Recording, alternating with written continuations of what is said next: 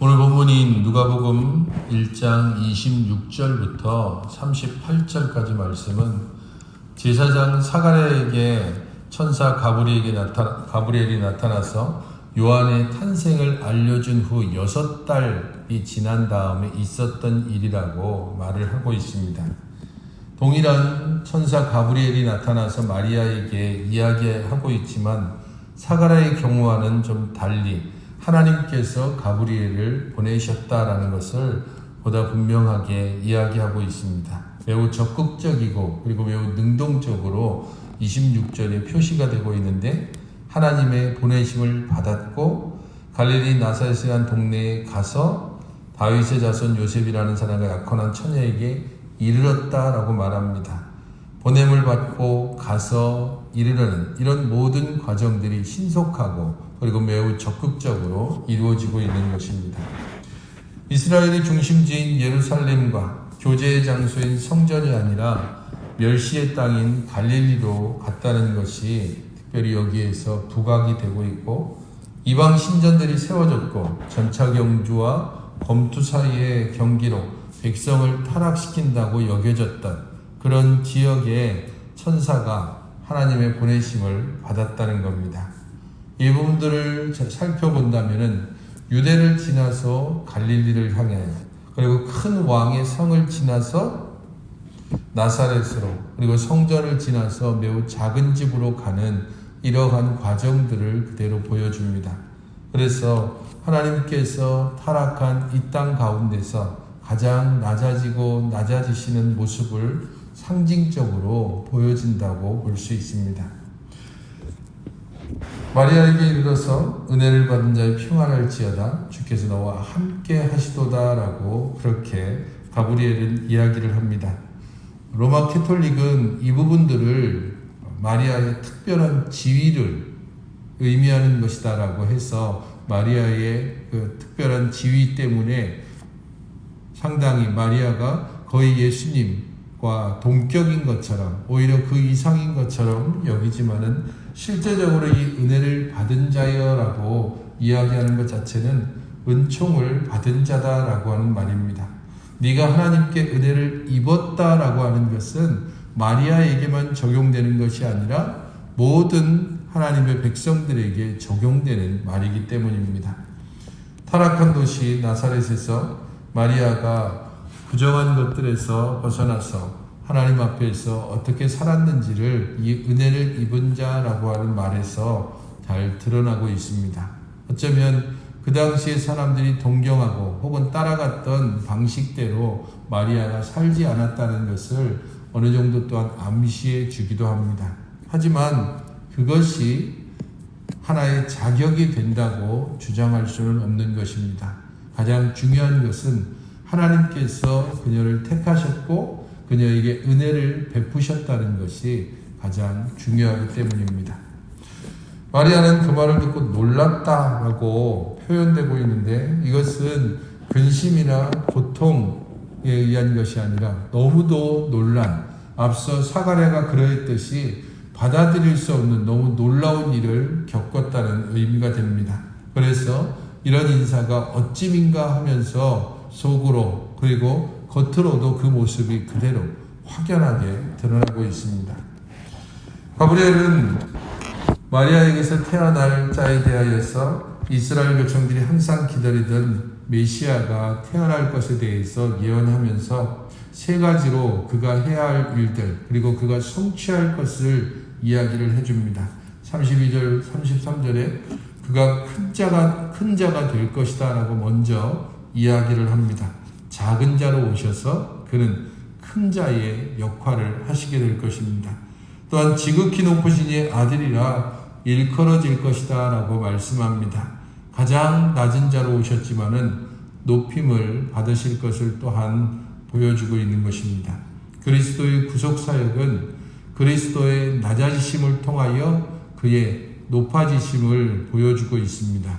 이것은 우리가 죄인으로서 또한 이미 죽은 자로서 가장 낮아져 아예 땅 아래 묻히는 자가 되었지만, 하나님께서 그런 우리를 땅속에서부터 일으켜 가장 높은 곳을 바라볼 수 있는 자로 만들었다는 의미도 됩니다. 또한 그 조상 다윗의 왕위를 그에게 주실 것이다 라고 하는 말씀을 통하여 하나님께서 언약하신 바가 분명히 성취될 것임을 선포하고 있는 것입니다. 결론적으로 33절은 영원히 야곱집을 왕으로 다스릴 것이며 그 나라가 무궁하리라 라고 말씀합니다. 여기에서도 야곱집이라고 이야기함으로써 이스라엘을 가장 먼저 내세우고 있는 것을 알 수 있습니다.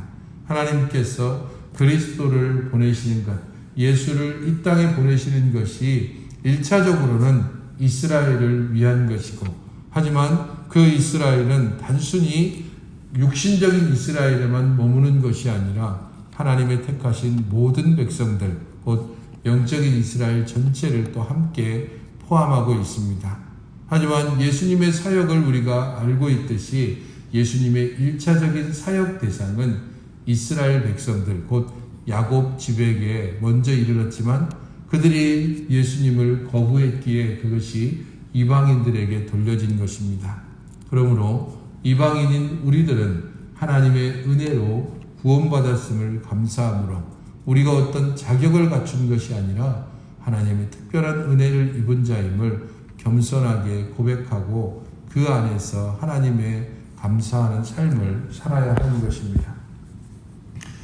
천사의 이 말에 대하여서 마리아는 34절에 나는 남자를 알지 못하니 어찌 이 일이 있으리까 라고 반문을 하게 됩니다.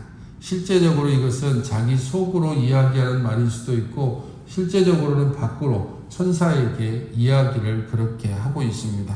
너무도 당연하게 자신의 이성이나 혹은 자신의 경험상으로는 받아들일 수 없는 말입니다. 남자를 알지 못한 채 아이를 가진다는 것이 도저히 있을 수 없는 일이고 그것은 들어보지도 못한 말이기 때문입니다.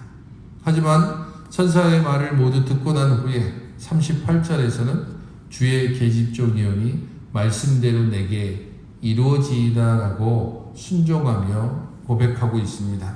처녀의 몸으로 사내를 알지 못한 채 아이를 가지는 것, 그것이 경험적으로도 도저히 받아들일 수 없고, 물론 이 당시의 법률로 봤을 때 마리아는 그 일로 인하여 죽음을 당할 수도 있다는 그런 두려운 모든 것들을 뛰어넘어서 주님의 계집종입니다.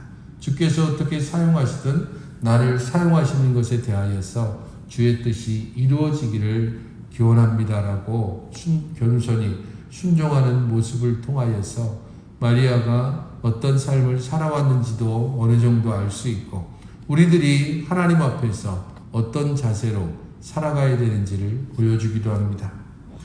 천사는 마리아의 이 말에 대하여서 지극히 크신 이의 능력이 너를 덮을 것이고 하나님의 모든 말씀은 능하지 못함이 없다라고 말씀을 합니다. 사실 천사의 이 말을 들은 후에 마리아는 주의 계집종이다라고 하는 고백을 할 수 있었습니다. 지극히 크신 이의 능력이 마리아를 덮을 것입니다. 하나님께서 말씀하셨기에 그 말씀은 반드시 이루어질 것입니다. 그러므로 하나님의 말씀에는 능력이 있습니다. 하나님께서 말씀하셨다면 반드시 이루어지는 것입니다.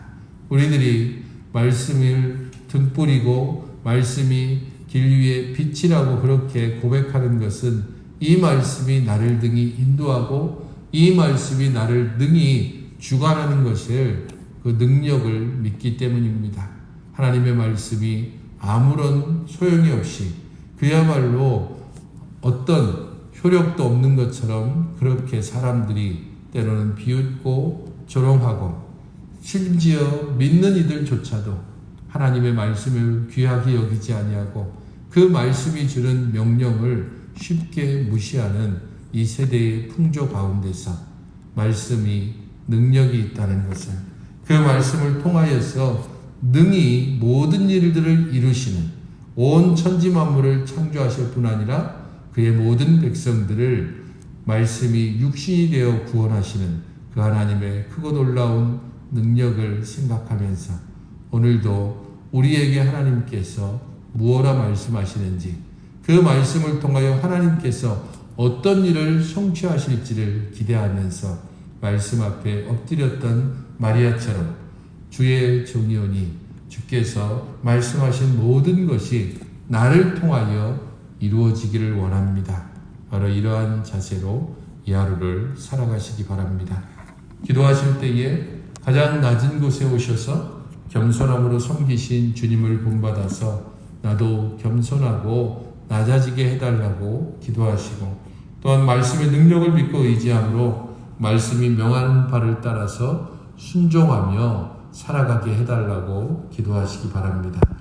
교회를 위해서 기도하실 때에 내일부터 토요일까지 있는 우리 중고등부 겨울 수련회 그 시간들을 통하여서 우리 청소년들이 하나님을 온전히 만나고 예수 그리스도를 고백하는 그러한 큰 역사가 있게 해달라고 우리 수련회를 위해서 참여하는 우리 중고등학생들을 위해서 또 함께 기도해 주시기 바랍니다.